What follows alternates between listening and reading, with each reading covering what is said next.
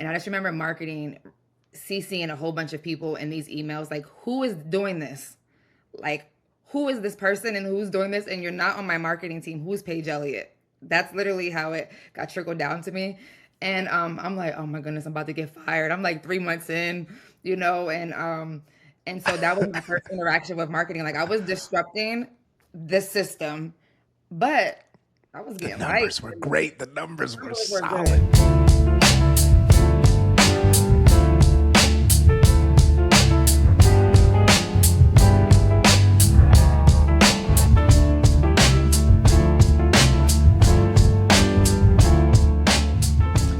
All right, everybody.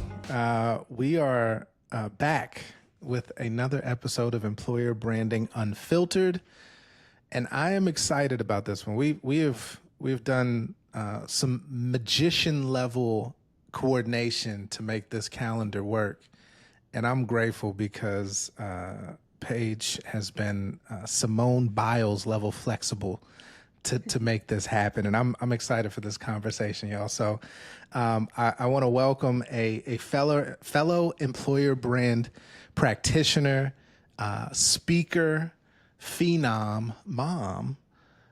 Probably should have put that first, but brilliant mind in this space with out of the box ideas and advancing the work that we do daily.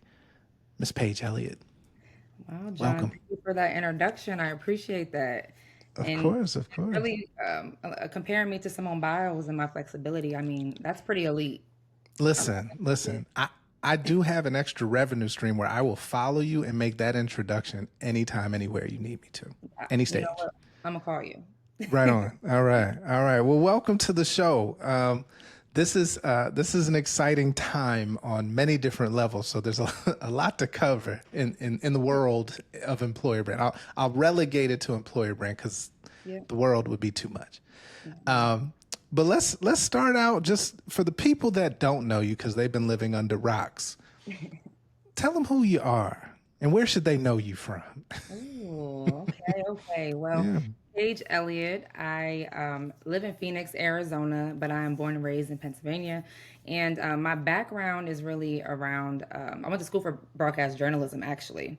So should have been, may end up one day on somebody's TV.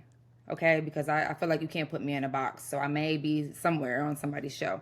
But I worked in production, was a PA, went into the public relations space, did PR for professional athletes, entrepreneurs, small businesses, and learned and fell in love really with the storytelling and positioning in PR.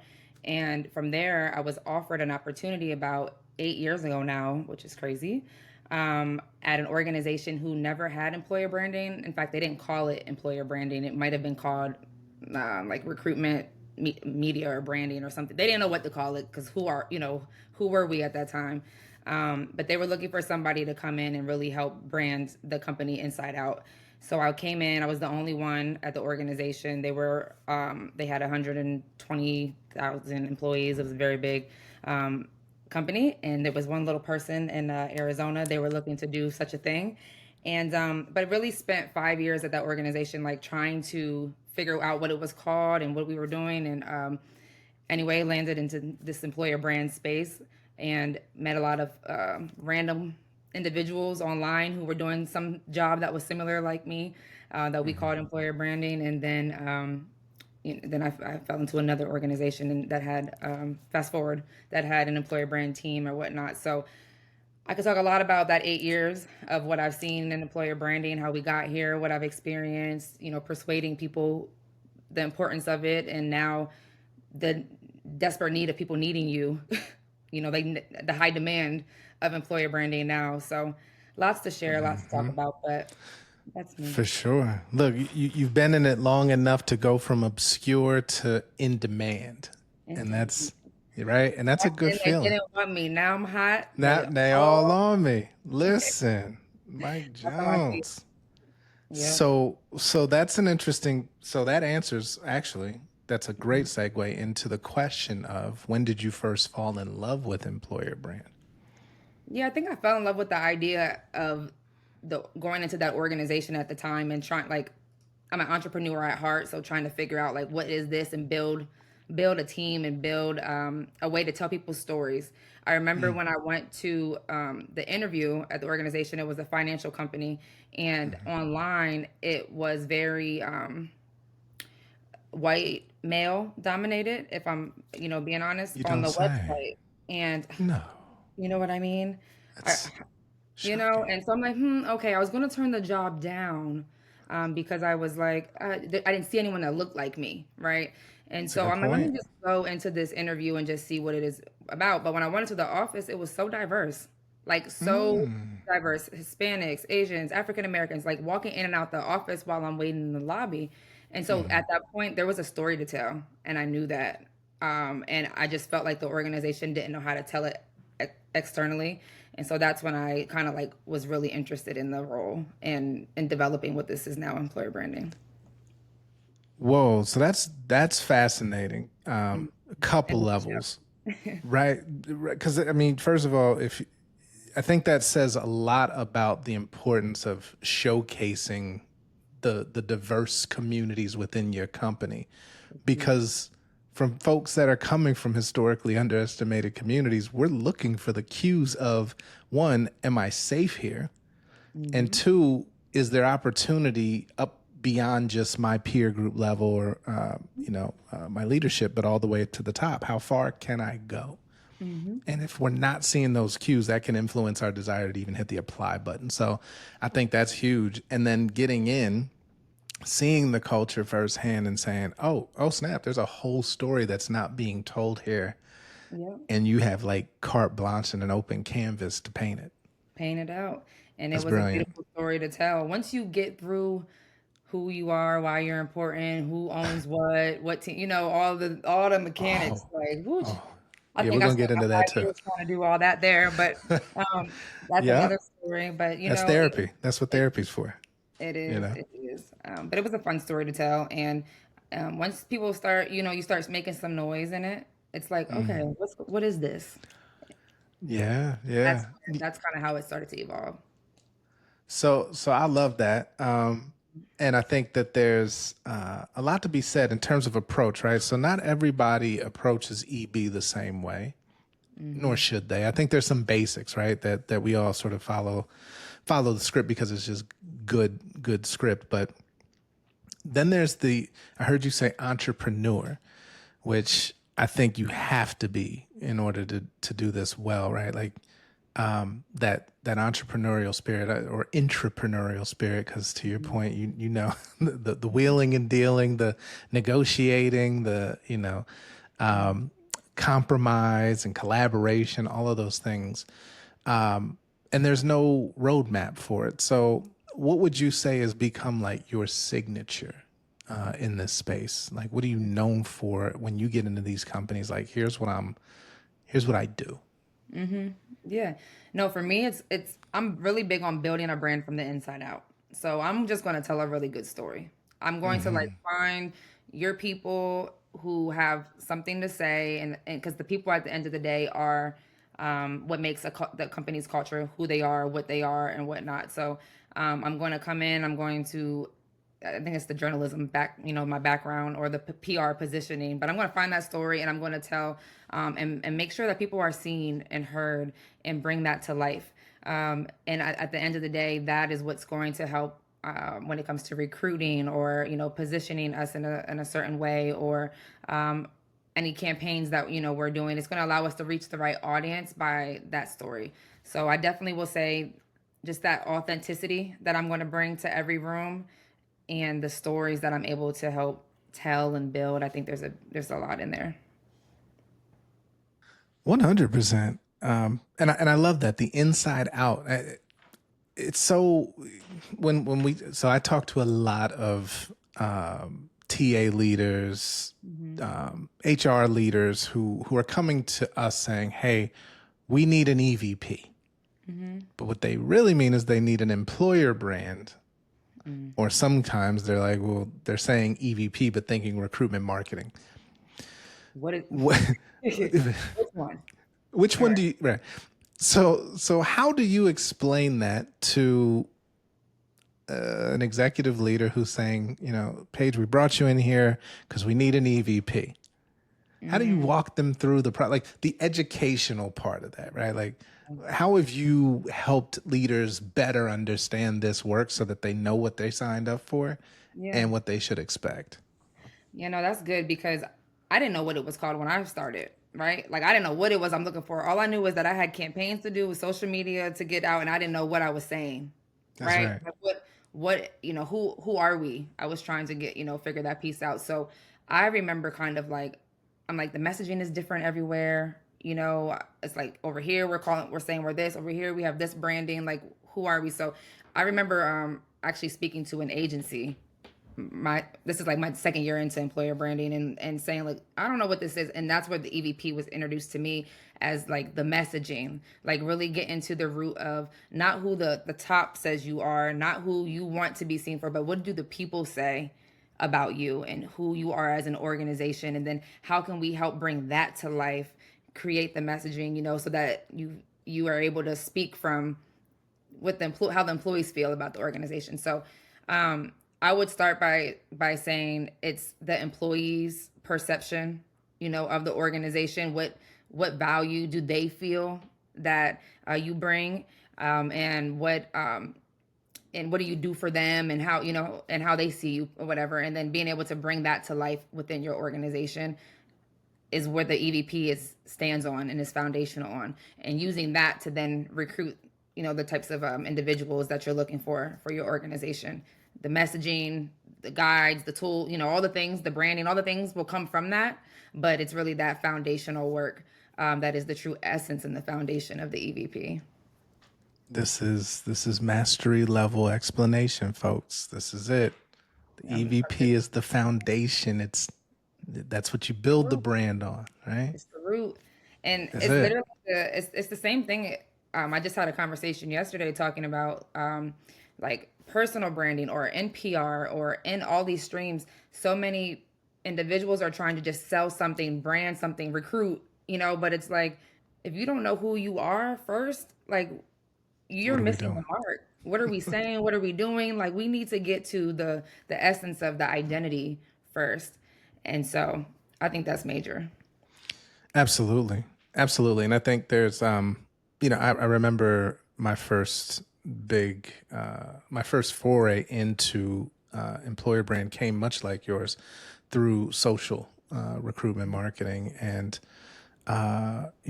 global organization wanting to bring their recruiters into the social media age and social recruitment age. And, so I'm dating myself and how far back that goes. But then the whole notion of, but we need an employer brand. And I'm saying, well, yeah, because otherwise what story are your recruiters telling? Right. Mm-hmm. And then how do you get that? Well, yes, you need to know what the daily lived experience of employees that actually shapes the culture, what that is, and then articulate that in a way that's visually and narratively accurate, but also compelling, right? And Well, appealing. accurate is key. And let me start by saying that because the worst thing you want to do is tell a story that does not align and that is not true to your organization, because people feel that, people are going to feel it, and you can mess up your attrition, and people will not feel like they belong and all the things when you're telling a false story. So that's like a big piece of it. A lot of people don't realize until down the road, but it's like you cannot, like that's why the top can't say what an organization is, or someone in marketing can't say what an organization is. Like you have to talk to the people at the end of the day. Oh man, so that's a great segue. So I've seen it a few times where somebody comes and said, "Hey, we need to do an employer brand," and they knew what the employer brand was. Okay, cool. Our CEO thinks our tagline should be X, Y, and Z, Is that right? and we're like, "Oh, well, okay, well, sure. Let's validate that. What research was done to arrive there? Oh, no. That's just what they think it should be. I mean, that's okay. What are your thoughts on that approach? Yeah, John. Am I speaking your life right now? How long did it take for you to to persuade them is my question. The Right. opposite, Talk them off like the ledge. there was actually research that needed to be done, or there was actually, a process here, or there was an investment that needed to be Yeah. made. That's Because I right. know, ooh, you didn't hit a nerve with that one. Yeah. But no, I think that's what they're used to though, especially if you come from, if you've been in corporate for a while, or marketing, that you feel like you're telling them what you want to put out. But yeah, Hmm. no, you have to show data at the end of the day. That's what I really learned, is you had to get down to the facts. And okay, well, what are the issues? Is there an attrition issue? Are you having a problem recruiting certain roles? Let's see, get to the recruiting data when it comes to you know, if it's a recruiting issue, or is it a mismessaging issue, or getting to the root of that. And I've learned over time, at my previous company, that I had to like really show the value in employer branding and why it was important through the data at the Yeah. end of the day. I completely agree. It has to be data driven, sure, and insights backed, or data backed and insights driven. The challenge is, especially when an executive thinks their culture is one thing, and I can understand why, from a specific level or high level in the organization, they have a very different experience with the organization. But when you get down to like the front lines, or even in the middle management level, middle layers, that experience is vastly different than somebody in the C-suite. Yeah. So when we talk about the persuasion and the and the getting them to recognize that you can't dictate to your employees what the culture is, right? And honestly, you already have an employer brand. The Mm-hmm. question is, are you a steward of it? Are you driving it, or are you just sort of allowing it to happen, thinking that it's something that it's not? Mm-hmm. And I love what you said. If you don't go out there with an accurate story, you are essentially guaranteeing you're going to drive your attrition numbers up, right? 100%.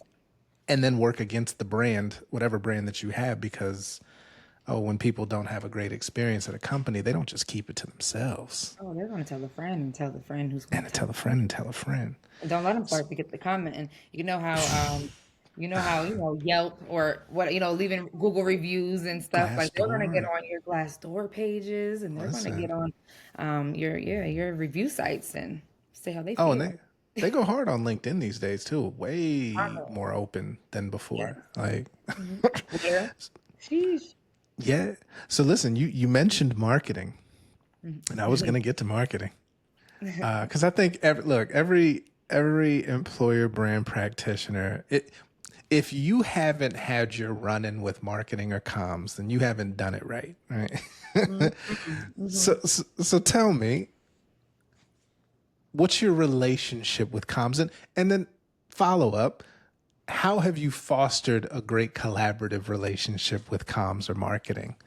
Yeah, so I'll start with my beginning of employer branding and say that in the beginning it was like, I don't know if you can see, if you can't see me, what I'm doing is I'm crashing my The fist the butting together. heads. I'm butting Yes. heads, right? Yeah.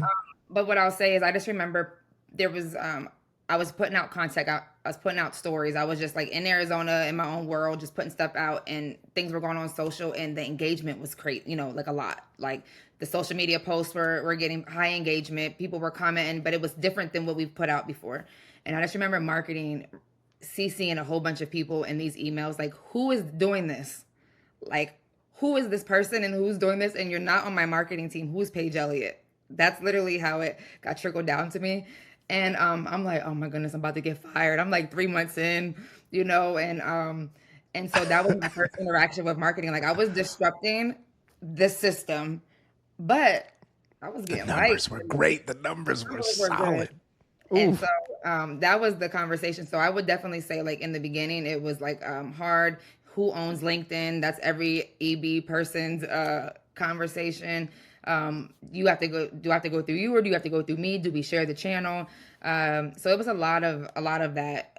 Honestly, I probably fought with that like literally probably 4 years. Like because the financial institutions, they have their systems, right, and red tape, and you got to go through a lot of extra layers. So I've definitely learned to like make my way in EB with that organization. However, it was a 360 experience for me when I went to my new organization, because I came to my new company, and they had an EB team. They had the resources. They've already had, things established, and marketing was already aware of the EB team. So they already had a way of working. So I didn't have to preach and educate and do all the things to try to persuade of why it was important. It was now just nurturing that relationship. So today, I would say that I have a good relationship with marketing. If anything, they're super supportive of the work that we're doing. However, I won't say it, it's not always, 100%. There are some times where it's like, who should do what or whatnot. But we have like monthly calls, we have an open communication. When there are events, we are learning to collaborate in certain spaces. So, they're building templates for us, and we're supporting resources. And so it's a lot better. But yeah, we still might gotta go through one or two people to get to LinkedIn, but that's another story. You know what? So here's the tell, right? And I'm glad you said LinkedIn, because that is, I think that's like the crossroads where everybody's going to bump heads. In your organization, past, present, who's paid for LinkedIn? They've both been different. The last one, EB did. This one, marketing has. And to be honest, there may be some type of split in there some way. So didn't get into the nitty gritty of the contract. So I won't say who's doing what, but it's definitely been, I've seen both. Okay. All right. I'll tell you, 9 times out of 10, TA. Yeah. Really? The whole thing? 9 times out of 10. They own the contract because the jobs section, the storytelling as far as employment is concerned, right? Far better outcome and ROI for talent acquisition and HR organizations than we've seen for corporate brand or consumer, right? Yeah. However, even though I've seen 9 times out of 10 where TA pays for it or HR is paying for it, they still get told when they could post. And I'm like, that's wild. I was like, I refuse to be the one who's spending the budget, and I can post twice a week. That's crazy to me, right? So no, that's insight and everything. So yeah, there's definitely a portion. There's different pieces of LinkedIn that I would say they split. Hey there, quick pause before we jump back in. If you're enjoying the conversation and want to hear more, head over to the Shaker podcast page at shaker.com, where you can catch every episode from this season and seasons past. And more importantly, if what you're hearing sparks ideas about your own EVP and employer brand, I'd love to connect. Just scroll down to the Ready to Work with John section, drop in your info, and we'll get some time on the calendar so we can dream out loud together. Now let's get you back to your episode. Got it. So speaking of that, so then where in your organizations have you sat, right? So employer brand typically or historically has sat in the talent acquisition function or HR, under the HR umbrella. Where have you landed in the org structure? So I started in HR operations. Ask me how. That's where I was. Nobody knew where to put you. They didn't know where to put me. Yeah. It's real when your manager doesn't know what you do. Like that's the crazy part. It's like, so tell me more. Okay, well, come present that to, what I will say is because I was the only one, I made my way to sit at some tables that I may not have had the opportunity to. So definitely there was some opportunity in being the only one that was the only one, or no one knowing what you're doing, or what there was some way to make noise and then be seen. Now I sit in the people and culture team, which is our HR function. Okay, got it. I am seeing I've seen at least 3 in the past year that sit directly in the comm side, and the brand, like under comms and brand or marketing, which historically, I mean, I grew up in TA, not as a recruiter, but as an employer brand and recruitment marketer. And I always had this affinity, like, no, this should be in TA because we're telling the employee story and trying to attract, engage, and retain talent. But I always felt this deprioritization by not just comms and marketing, but the broader organization, because it was always attached to TA. Mm-hmm. And Mm-hmm. so over time, I think even being outside of being an internal practitioner, now a consultant, like from the 30,000 foot view, I kind of believe like this should probably sit in comms or brand or marketing, because for a couple of reasons. But I think primarily the credibility that goes with being in an organization that is designed to amplify or be the voice of an organization. Mm-hmm. And then you have a leadership structure that understands branding. Mm-hmm. So employer branding as an extension or an offshoot of branding practice. And then the budgets, They do get the budget. man, they get money. They get the money. But let me tell you, but I got a great story with that. That's why you Yeah, have to be friends with them. That is why you have to be friends and realize that you are on the same team.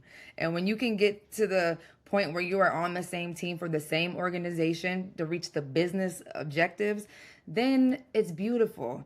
And I can say one of my proud moments is at my organization where we did not have a budget or anything for employer branding, and I'm making noise and I'm saying we need EVP, and I got this low small budget, and I think we were supposed to go work with like Shaker at the time or something, right? And I'm like, what is Shaker going to do with this?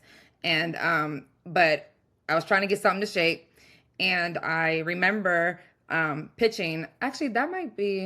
I'm trying to think without my first encounterment with Shaker, but we had a budget, and I was having conversations to get an idea of what this costs, and I'm like, oh, we don't got money for that. What about maybe we could do our own research first, or maybe we could. Like, I was trying to figure things out, but I remember like going to my manager saying, we need more than this, and it got so high up that I ended up presenting to marketing and being friends with marketing, and then because marketing already had the relationship with a different agency, not it wasn't Shaker, but it was a different agency. We used their marketing retainer and their agency relationship and their budget to do the EVP, and anything that was extra could fit in my budget. You see what I'm saying? So I that's was the able to move. collaborate, and that was my victory story, was collaborating with marketing on my going into my fourth year and getting that partnership. And it's one of my, like, I love now.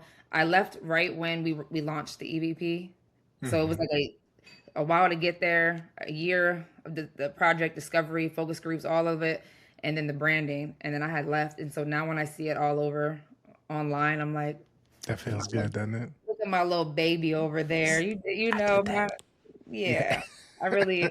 I really enjoy it, but it Yeah. came. We were stronger when we were together. I'll say that. That's a About that's a marketing. word.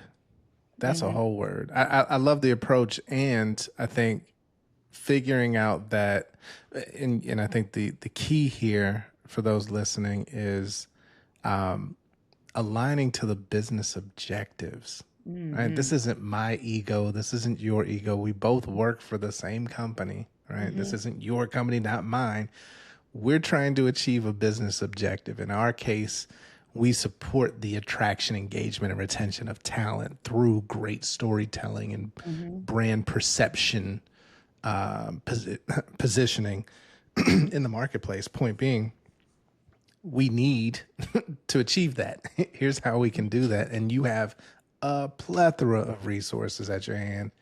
at your hands and fingertips, and the ear of important people in the organization. So like, how can we do this together? Hmm. Yeah, Hmm. yeah, yeah. I love that. There's beauty in So it. Absolutely. there really is. There really is. So you talked about building this beautiful thing that when you left, you got to see it in the wild, which is a great feeling in general.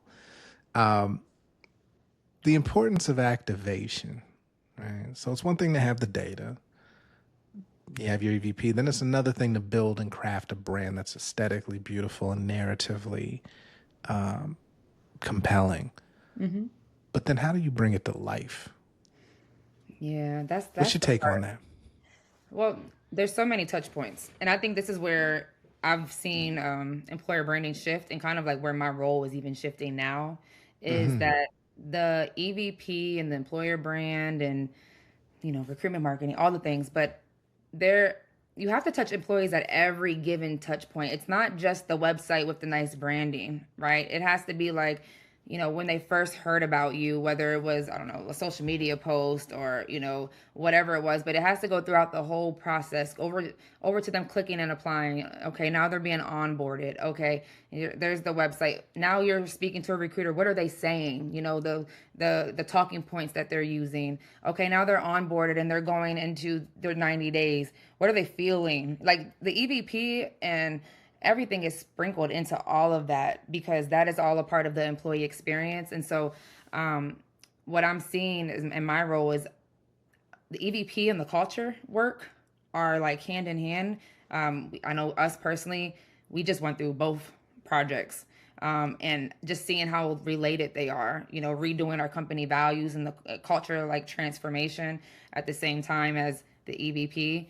And I have kind of like expanded my role. I'm not only just doing employer branding and storytelling, like I've actually grown into like, let me help bring this culture to life and through the stories that we're telling and making sure that everything is cohesive throughout the whole employee life cycle. So I've seen it evolve for sure. The evolution is constant, and I'm glad you brought that up too, because I think where this work is going is a whole another hour unto itself. But I think I was recently speaking to somebody about doing this work in partnership with the employee experience team internally. And it was the first time I'd heard of like this intentionality behind crafting a brand, but specifically through employee experience. And I'm like, well, that makes perfect sense, because if I think about like what the EVP research is going to uncover, that's a perfect alley-oop to employee experience, who can identify where the gaps are today with, between what the company thinks their culture is and what it actually is based on experience. And then start to like work backwards from that in resolving those issues where you can start to improve employee experience. But I think, to your point, from first touch point with social post or external brand expression, all the way to that conversation with the recruiter and the follow-ups thereafter and the job descriptions before it, like so many touch points. And you're absolutely right. It's like, where do you start, right? Especially when you've got the thing ready. Now it's time to launch. Do you start internally? Do you start externally? Do you do both? Yeah. Where do you go? I believe in that internal external approach.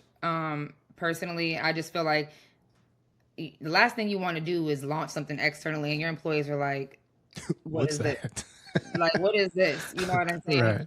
And so I definitely believe like, okay, let's start with our people. Let's start with talking to the managers and the people managers, and like onboard them. Let them know, let them enable them so that they feel knowledgeable about what's coming, and so that they can be prepared to talk to their teams about what's happening, right?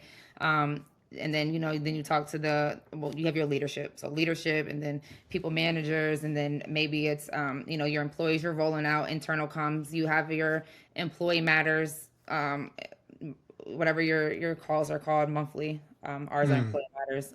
Okay. All hand meetings, Like town town hall meetings, halls. Yeah, sure. whatever those meetings are.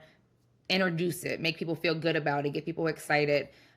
Watch parties or internal gatherings, so people can experience it and be a part of it. I think that's important for the first step. Personally, maybe sprinkle it externally around that time, but I definitely think I would hate to see some new branding and new messaging externally, and I'm like, oh, that's what we're doing now as an employee. Like, oh, I'm a little late to this cookout. And I feel like, you definitely want to enable your people first. Yeah. So there's so much to do even with that, right? So I know some folks, me personally, I've always been a sucker for a good employer brand video, right? Like that heartstring rallying cry documentary style visual that brings the culture to life, brings the stories, the people, the people behind the company to life. But there's gotta be more than just a content strategy. Like, what I say is if the brand, a brand is not a brand until your employees can touch it.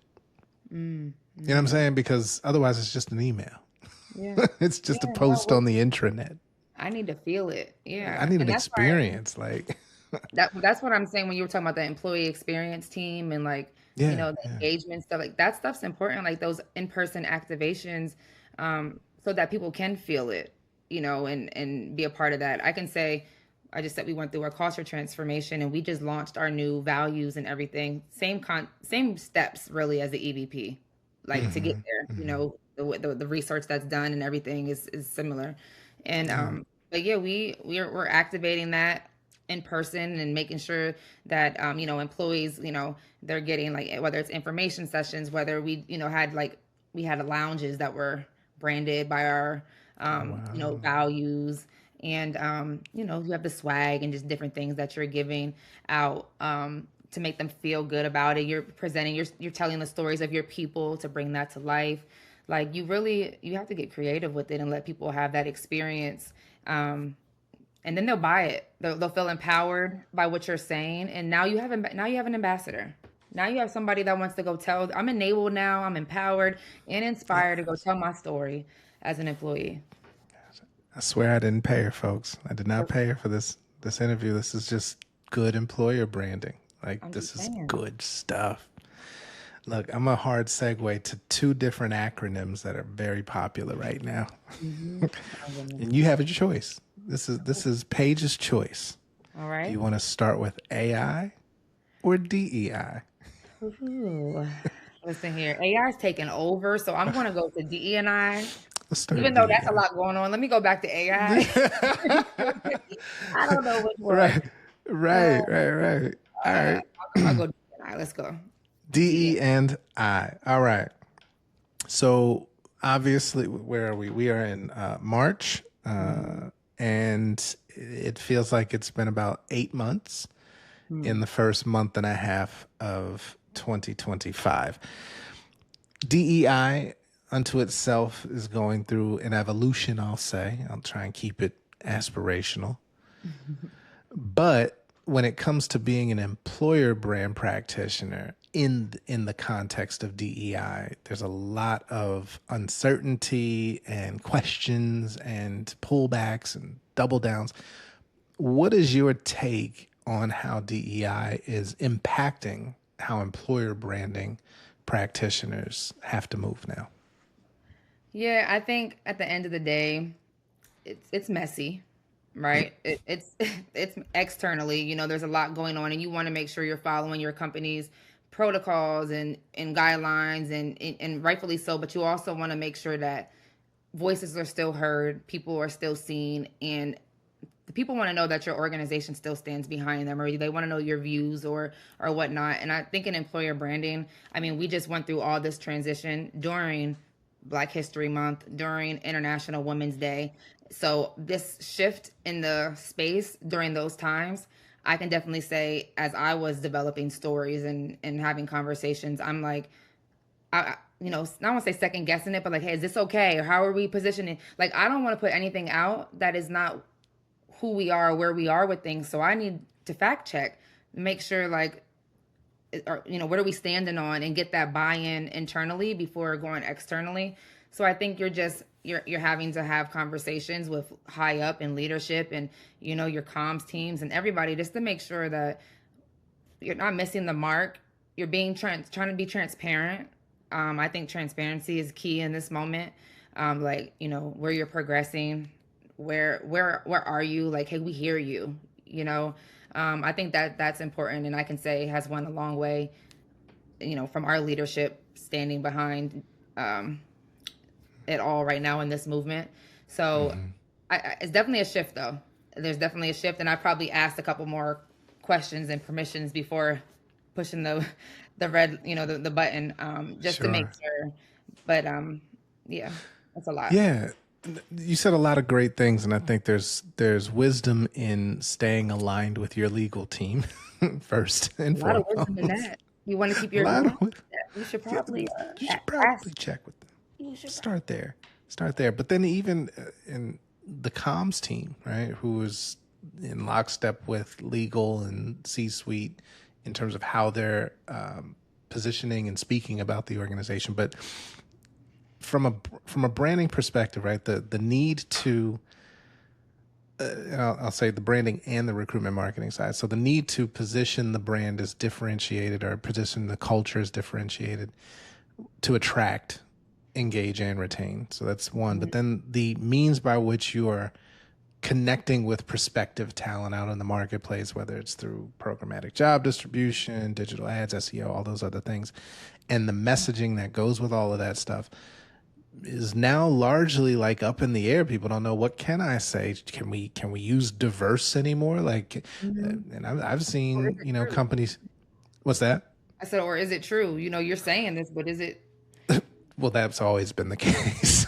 But you know, you're right. But you have something like just gonna say like a Target, who this is just. I mean, y'all can Google it, but it's like yeah, you buy yeah, into it and then you take it away and then you buy in and it's like I don't yeah. even know how I feel anymore. So Yeah, yeah, and that's also the challenge, right? So a lot of truth is not represented in the headlines, right? When you peel back layers and you dig in and you read the statements from companies, or know the CDO, chief diversity officers, and you're like, well, no, this was only a 5-year initiative, right? mhm, Which ends now, and we've achieved what we said we would. The timing's horrible.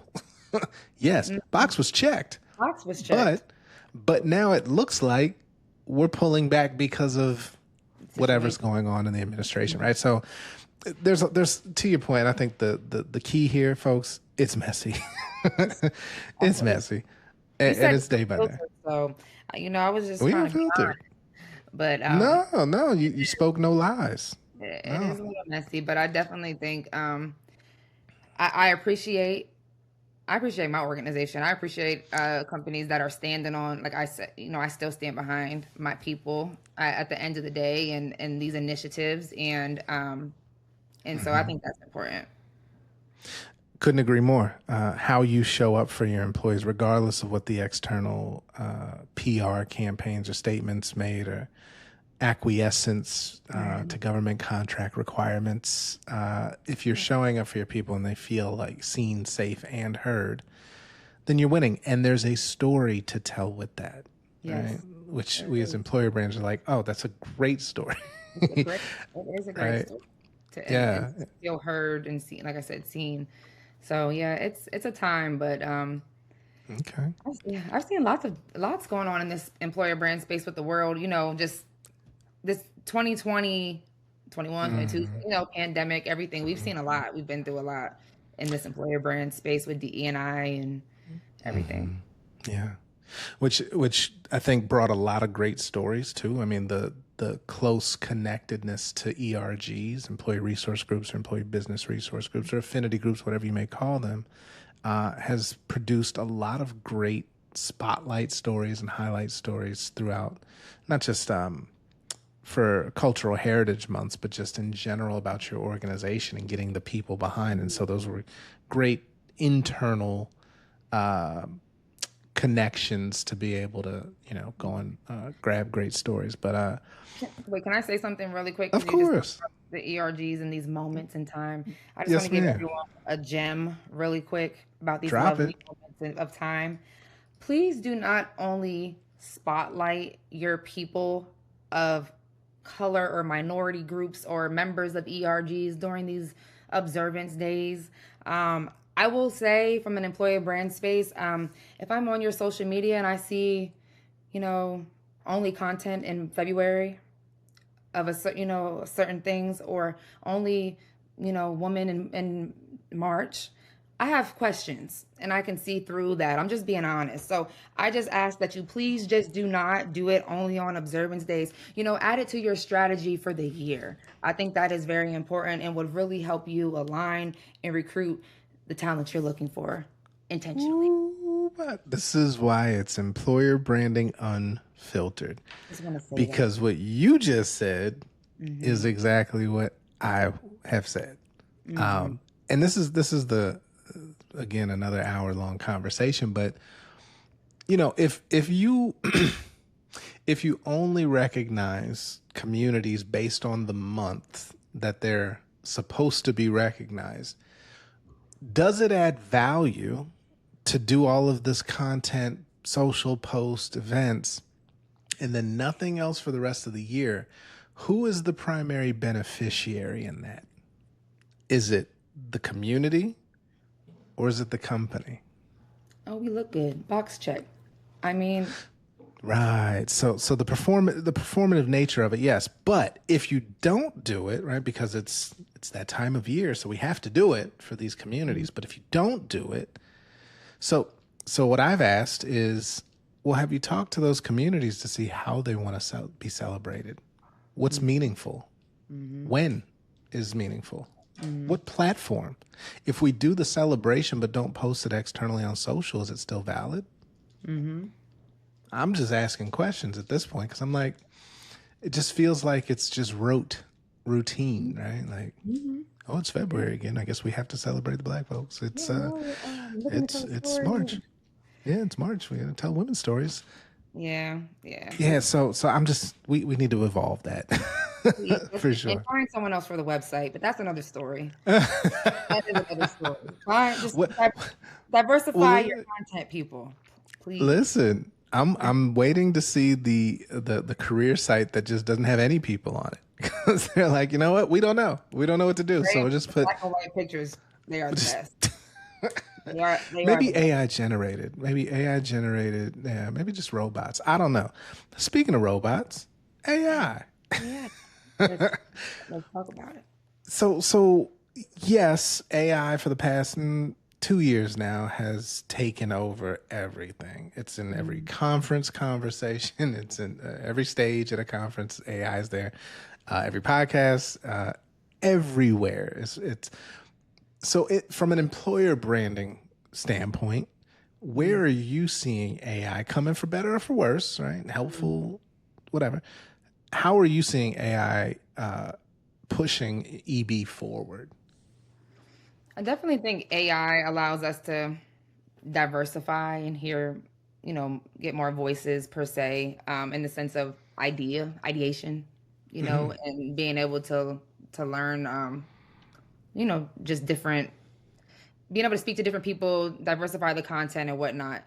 What I will say is, I was in a conference in LinkedIn a couple months ago, and they were talking about AI storytelling and how it could hurt minority groups or something, because depending on who's using it and the data that's being requested or inputted in there, it could have bias in a lot of the AI and a lot of the data. And so you just have to be careful, I feel like, when it comes to what you're listening to, or you can't just write a story. It's like, whose perspective, whose tone is that at the end of the day? So I know I like to use it in the sense of different perspectives and different types of ideas and just different things like that. And I think that helps bring employer branding forward per se. I would say our organization is just now really touching the surface of it in the employer brand space. So as far as like how like what tools are available, or how to enhance a story per se. So ask me again in a year and I'll tell you where we are. But I would say for me personally, it's helped me like just get outside the box a little bit more and get creative in my storytelling and such. I love it. Yeah, it's certainly from a creative thought partner, sense checker. Really working through things from end to end has been a lot easier with EB. What are EB you with seeing in the AI. market from Yeah, top as far as like EB shifting with AI? yeah. So a couple of platforms. I mean, everything from advocacy, and incorporating AI for content generation at scale for employee populations to, creative, being able to load in guidelines and Yeah, that's a employer big one. brand toolkits, and then having new creative created out of that through AI, like Mhm. game changer, right? Instead of Yeah, yeah. yeah. So there's a lot of, I think, efficiencies and productivity advancements there, but I still don't see us getting away from that human element, requirement. Well, you can't just because, and to kind of say what I just said too, it's like the people's stories matter, and then if you can't just rely on AI, because whose story is that? Like, where is that data coming from? You know what I'm saying? So the people I still think are definitely important, definitely helpful Yeah. with the toolkits and guidelines and everything. I wasn't thinking of that. I think I fought against AI for the longest because I feel like AI got pushed on me. You know, it's like, okay, enough, You enough. didn't willingly You accept it. know, It was forced upon you. it started talking on my computer and it's on the phone and so I had to open up my heart and let AI in. And and really, and I realized how much it just really helps me, and be more productive. So it's Yeah. good. It Yes, sounds like there was an intervention, Paige. it I think was. somebody pulled you to the side and was like, look, girl, you got to embrace this. Because I didn't break. Yeah, when it's in my sleep, I'm going. It's everything is just AI, AI. I'm like, okay, Mm-hmm. learn it. What is it? Oh my Um, gosh. so For yeah, no, real. that's why I said we're now adapting, certain things. I'm trying to learn, like, okay, just the ways that enhances our industry. So it's been great. Absolutely. Well, look, I could talk to you forever. This is a good conversation. I think you've given a lot of game, a lot of gems and jewels. So I want to take us into our final segment, which is ask a question, leave a question, and I have a question that was left by our previous guest, and that is, Paige, what do you predict, or where do you predict employer brand evolving to in the next 2 to 3 years? Where do I see it going? Well, I think what we started to talk about earlier, I think it's just going to get on a bigger scale when it comes to that employee experience. Like, I really feel that you're either going to get engaged with your employee experience team, you're going to build an employee experience team, you're going to like be collaborating with your employee experience team. But I really feel like you're going to do a lot more activations, a lot more experiences, and a lot more bringing your EVP and your people along with you on this journey. I just feel like that's essential to keep people engaged and keep attrition and just attract the right individuals. But I think that employee experience is going to be key, and bringing your EVP and your employer brand at each touch point is just going to enhance even further. So where that Love it. goes, whether it's in-person activations, whether it's like, what does that look like? No telling. But I can just say it's moving pretty fast. Like, I'm not even in my role has shifted so much that I don't even really touch recruitment marketing anymore. How Like, about that?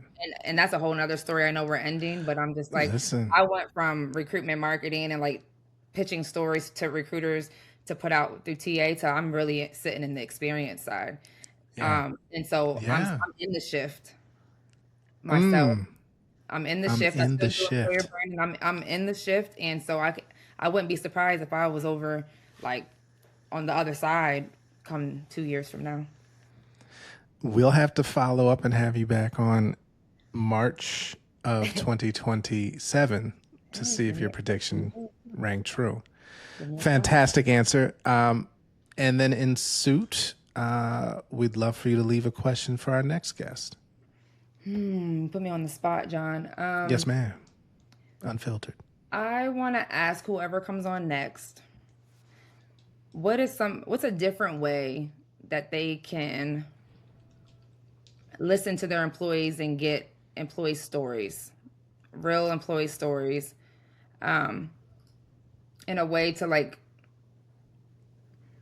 incorporate that into their content strategy for the year. All Okay. right. Okay. I'm challenging somebody, whoever's on here next. I'm challenging them to like talk to the middle people, talk to the bottom, the entry level. Like, how can you reach those individuals and pull those real stories? I don't know, whatever creative way you come up with, but I just want to hear how can you do that in this new year to enhance your social strategies? All right. All right. That the challenge is set. Godspeed to the next guest. Good luck. That Good was a luck with that. mouthful. Go So with God. let me That see was what fantastic. you have. I love it. I love it. Well, Paige Elliott, thank you so much for the time, the thoughtfulness, the perspective, the journey you've taken us on. I'm excited for our listeners to spend some time with you in community in this conversation. Certainly follow Paige on LinkedIn. We'll make sure all the links are there. But thank you again for being a guest, and we hope to have you back soon. Absolutely. Thank you for the conversation, for the platform, and hello to all my lovely EB family, and I hope you guys enjoy these gems. Have a good day. All right, now. Thanks again, Paige.